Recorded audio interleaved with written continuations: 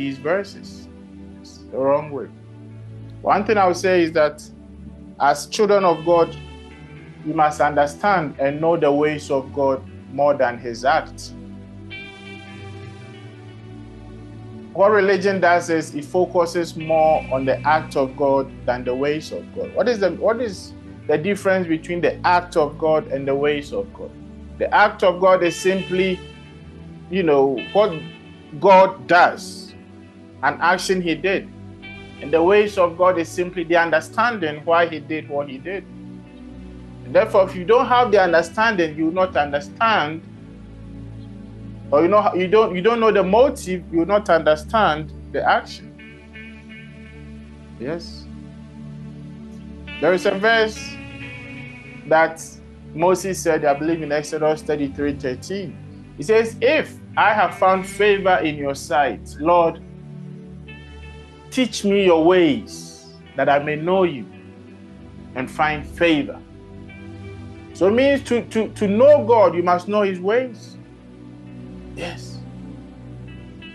To just judge a person from the outside is very wrong, and that is what mostly we do to God. We hear things, and without the understanding, religion sets in. And anytime you don't understand from the perspective of God, we present ourselves vulnerable to being enslaved by men and philosophy. Yes. Yeah. So we go to Psalm 103. The Bible says what? God made his ways known to Moses and his acts known to the children of Israel. That is why they were so rebellious. They didn't understand the actions of God. They didn't understand. And for so many years after, Jesus says many things and many still don't understand. Yes. Have you forgotten growing up, and even till date, many still don't understand the action God did in the garden of what? Eden. Sunday school, what did they tell us? They told us that what? God was angry when he banished Adam and Eve from the garden because they sinned. So he banished them. Yes, he banished them from there. But what was the motive? Until you understand the ways of his action, you will not know the person. But now we've come to know, you read the same Bible in Genesis 3:22. The reason he did that was an act of mercy, an act of grace. Because now man had become what? Sinful. Man is now corrupted.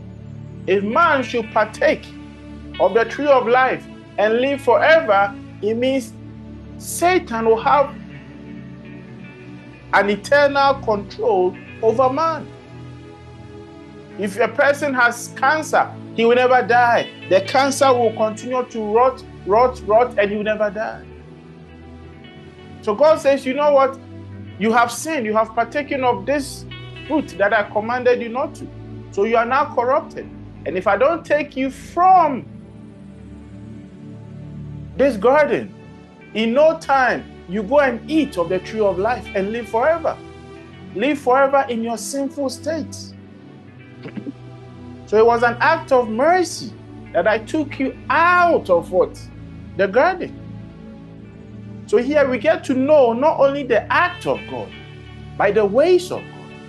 That is the motive of God. Can somebody read Genesis 3:22 just to confirm what I just said?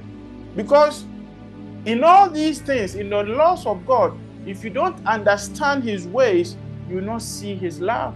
You will not see his grace. You will not see his mercy. Just as we growing up, we were told that God was so angry with what? Adam and Eve. That is why when they sinned, he kicked them out of the garden. It means all we got to know was the act of God and not his ways. His ways is the same as his motive. And therefore, when you grow up with such a picture of this God, you become fearful of such a person. You cannot have a close relationship. But upon understanding, reading the scriptures for ourselves, we have come to see that it says because man has become like one of us. And if I don't take him out of this garden to protect him, he will eat of the tree of life and live forever in his fallen state. So what does that tell us? When you come to know the ways of God. It reveals His grace. It reveals His mercy. It reveals His compassion.